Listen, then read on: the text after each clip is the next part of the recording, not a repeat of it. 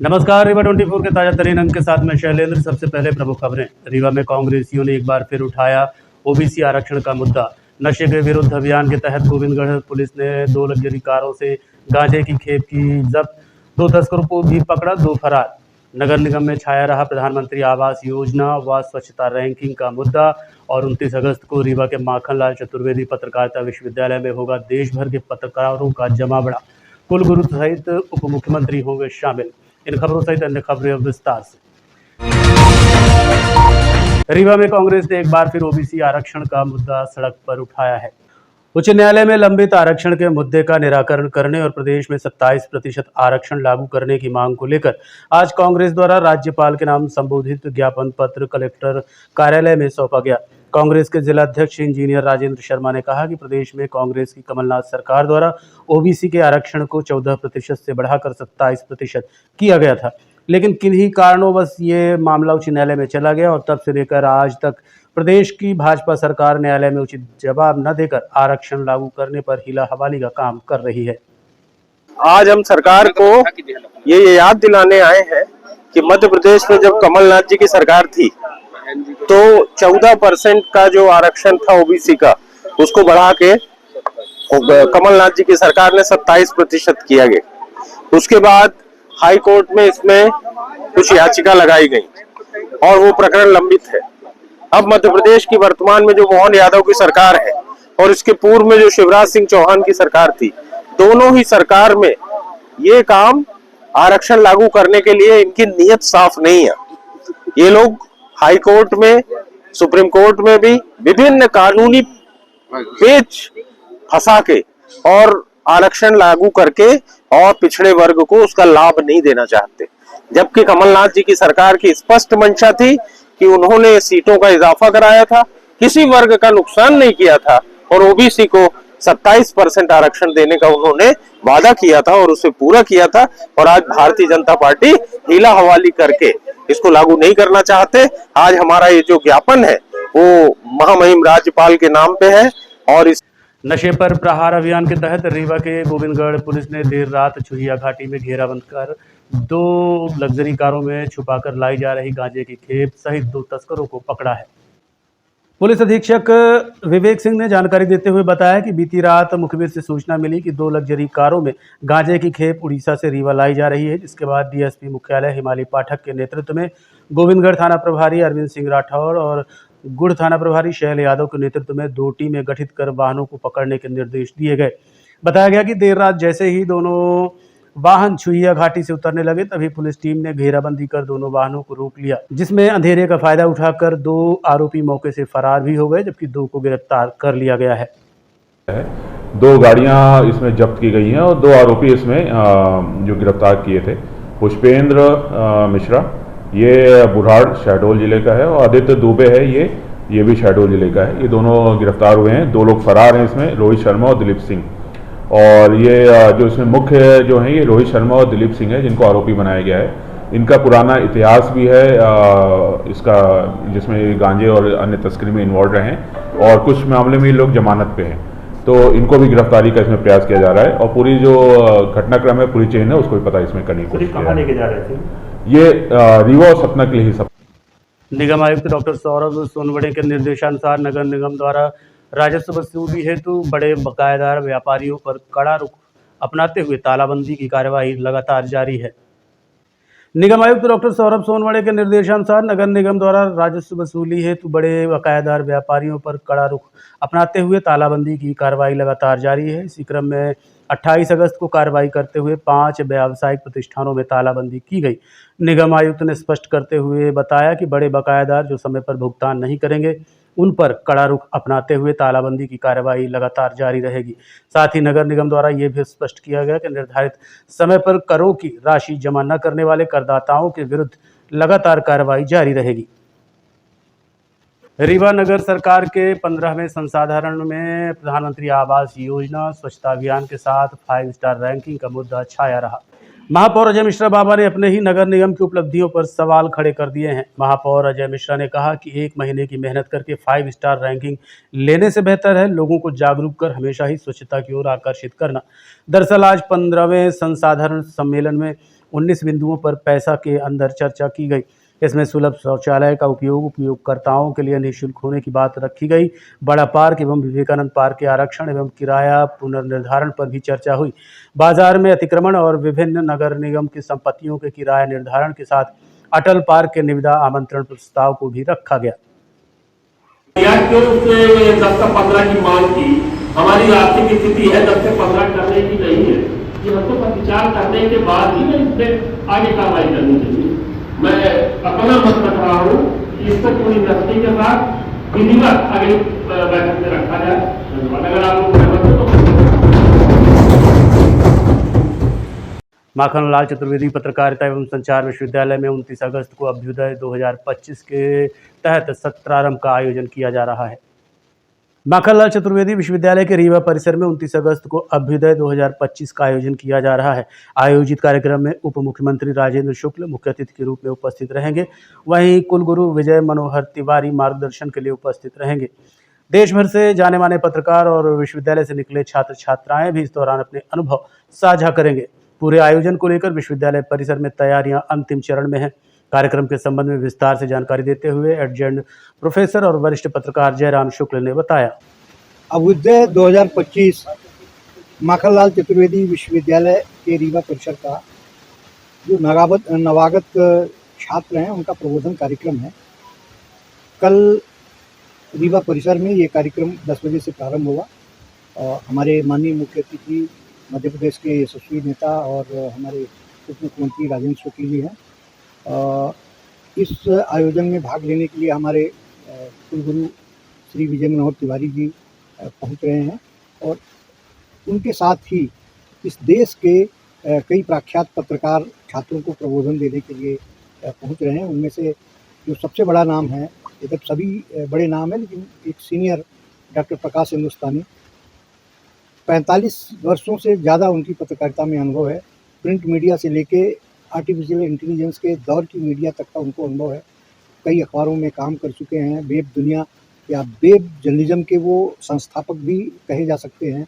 Television journalism से जुड़े रहे हैं। पॉडकास्ट जर्नलिज्म उनने मध्य प्रदेश में या देश में शुरू करने वाले पहले पत्रकार हैं। तो कुल मिला के ऐसे अनुभवी पत्रकार जिन्हें 8-10 किताबें भी लिखी हैं वो छात्रों को प्रबोधन देंगे। डॉक्टर संजय पांडे देश के वरिष्ठ संपादकों में से एक हैं जिन्होंने नई दुनिया, दैनिक भास्कर और अमर उजाला जैसे बड़े अखबारों में काम किया है। अंतर्राष्ट्रीय पुरस्कार उनको अखबार के प्रोडक्शन के क्षेत्र में, अखबार के लेआउट डिजाइनिंग और उसके प्रोडक्शन में के मामले में उनको अंतर्राष्ट्रीय पुरस्कार मिले हैं। वो छात्रों को प्रबोधन देंगे और डिजिटल युग में प्रिंट मीडिया की क्या चुनौती है इस विषय पर उनका व्याख्यान होगा। सबसे दिलचस्प व्याख्यान होगा वार रिपोर्टिंग पर कृष्ण मोहन मिश्र का। कृष्ण मोहन मिश्र देश के श्रेष्ठ वार रिपोर्टर्स में से एक हैं। राफेल की डील कैसे हुई, S-400 रूस से हमको कैसे मिला से जैसे बहुत सी दिलचस्प रिपोर्ट अभी यूक्रेन को कवर करके आए हैं, इजराइल को कवर किया है, आतंकवादी घटनाओं को कई बार कवर कर चुके हैं। तो एक इस तरीके से वार रिपोर्टिंग के सिद्धहस्त पत्रकार हैं कृष्ण मोहन जी, वो छात्रों को प्रबोधन देंगे। हमारे भूत सिमरिया थाना क्षेत्र के अंतर्गत यादव समाज के 2 परिवारों के बीच विवाद इतना बढ़ गया कि मामला मारपीट तक पहुंच गया। घटना का वीडियो सोशल मीडिया पर तेजी से वायरल। मिली जानकारी के अनुसार कुछ दिनों पहले दोनों पक्षों में आपसी विवाद हुआ था। बताया जा रहा है कि विवाद 2 भाइयों के बीच किसी मामूली बात को लेकर शुरू हुआ, लेकिन देखते ही देखते मामले ने तूल पकड़ लिया। इसी विवाद को लेकर दबंग किस्म के लोगों ने पीड़ित पक्ष पर हमला बोल दिया। आरोप है कि दबंग लोग सीधे घर के अंदर घुसे और जमकर मारपीट की। घटना में महिलाओं और बच्चों के घायल होने की भी खबर है। गांव में हुई इस घटना के बाद दहशत का माहौल है। देवगांव से आए। मामला में यह है कि ये दोनों बहनी भाई घर में रहे, एक बहू, तो 4 लोग सड़सड़ाउआ अंदर घुस गए के मारा माँ पाथर भी मारे। जब पाथर भी मारे तो हम अपने घर से जब गए तो हम कहन कि मारे आपके बेटे और बेटी को, हाँ मारे, मेरे भाई को मारे। तब जब हम कहन कि यह का कर रहा है, उनके घर में सयान नहीं आई तो मारा ना करा हो गया, ढो ढांस बाहर ले आन तो वही मार में बिल्कुल गिरे। तो फिर जब आए रास्ता में तो आई भैंसिन से, जब भैंसिन से आई तो लाठी ले रहे हैं तो इन्हें मार के गिरा दीन। जब मार के गिरा दीन तो हम निहुर के इन्हें उठावे लागे दू लाठी हमारे, एक लाठी या लगी एक लाठी में या। किस बात को लेकर विवाद हुआ? विवाद भैया है लड़का के उमा। मारपीट करने वाले कौन थे? मारपीट करने वाले हैं विनय यादव, शिवम यादव। कौन है याद? ये हमारे हैं हो नाता में जेठाउत लागल। कारण क्या था मारपीट का? कारण क्या था, क्यों मारपीट की? हो गया लड़कियां रसा रंध की हिन कहा गली बीच, तो घर में आके फिर हुई घुस के मारी। शिकायत आपने दी? शिकायत दर्ज की लेकिन हाँ। पुलिस कुछ नहीं कर रही है। शिकायत हम थाने में किए ही कल। क्या बोला पुलिस ने?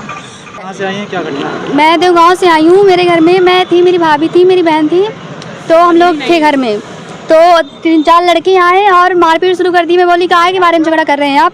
तो कुछ नहीं बोले। मेरे भाई को पीट डाले, मेरे बहन को पीटे, मुझे पीटे और वीडियो बना रही थी, मेरा फ़ोन फेंक दिए, मेरा फ़ोन फोड़े हैं।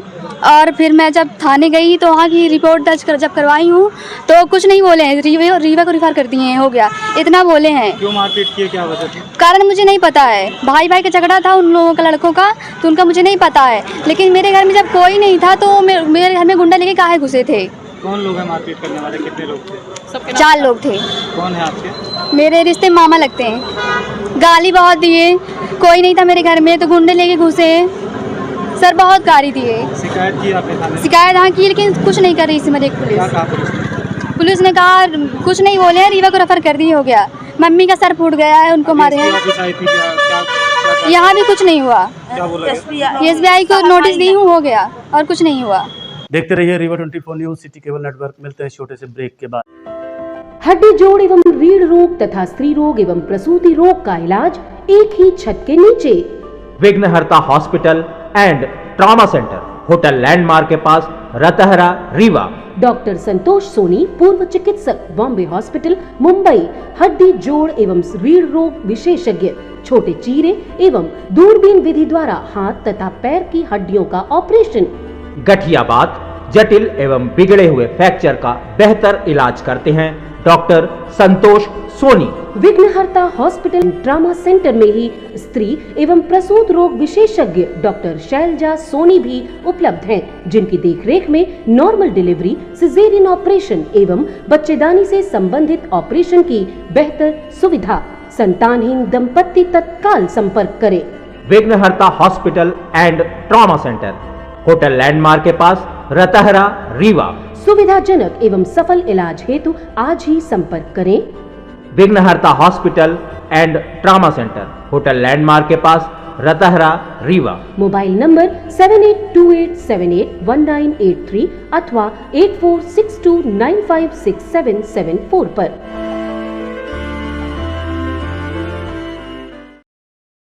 ब्रेक के बाद एक बार फिर स्वागत है। स्क्रीन पर दिखाई जा रही महिला का नाम रामवती साकेत है। उसके पति का नाम छकौड़ी प्रसाद साकेत है, जिसकी उम्र 60 वर्ष है, जो ग्राम पोस्ट भटलो, जिला रीवा से 21 अगस्त को सुबह 7 बजे लापता हो गई।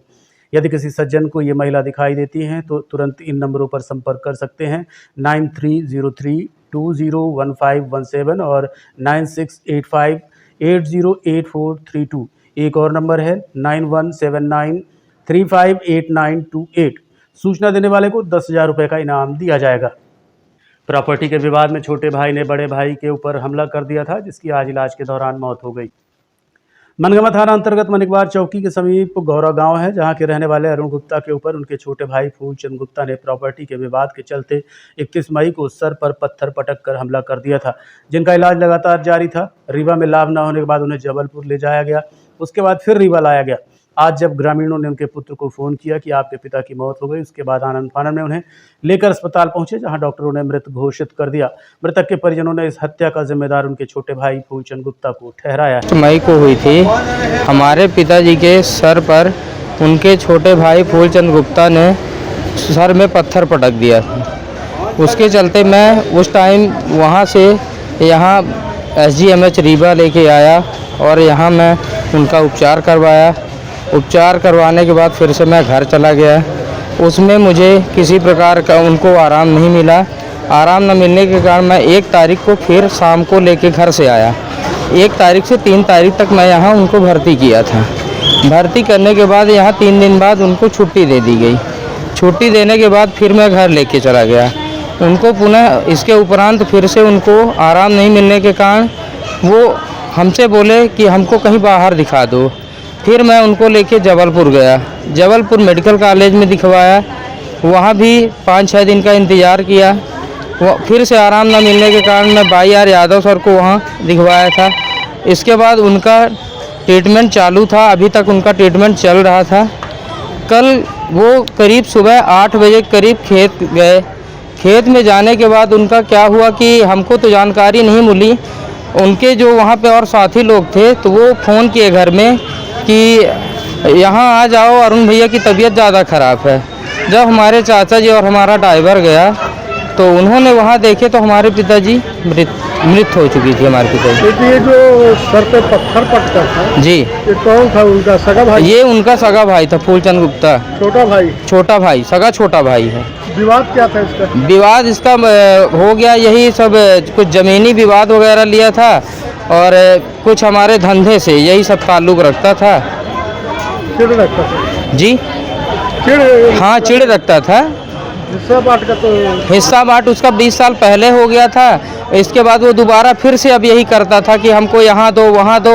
1-2 बार हमारे पिताजी दे भी दिए थे। एक बार मैं बहन की शादी किया था तो सन 2022 में एक और दे दिए थे उसको, एक कोठा घर, एक कमरा। फिर इसके बाद वो पैसा बनाया हुआ है बार बार वही, अब ये अपना तुम ये घर गिराओ वो गिराओ, हमको पूरा चाहिए, इधर चाहिए उधर चाहिए। मतलब ये कि प्रॉपर्टी के चक्कर में छोटे भाई ने बड़े भाई हाँ जी, हाँ हाँ। क्या कहना चाहिए आप? हमारे कहने का मतलब ये है कि ये तो हम नहीं कह सकते कल वाली घटना में कि हत्या की, पत्थर पटका था? जी हाँ, उसका पत्थर पटकने का इरादा हत्या करने का ही था पूरा। छोटा भाई का बड़े भाई की डेथ हो गई? जी हाँ, कल बड़े भाई की डेथ हो गई। लेकिन कल की घटना का ये मुझे अभी ऑकेजन कोई कारण नहीं मिला है कि डेथ किस कारण हुई। नहीं तो बीमार थे ना उसके चलते? जी हाँ, उसके चलते बीमार थे। ये तो मैं भी कह रहा हूँ कि उसी के चलते इनका ट्रीटमेंट ही चल रहा था अभी। देखते रहिए Rewa 24 news city cable network. मिलते हैं छोटे से ब्रेक के बाद।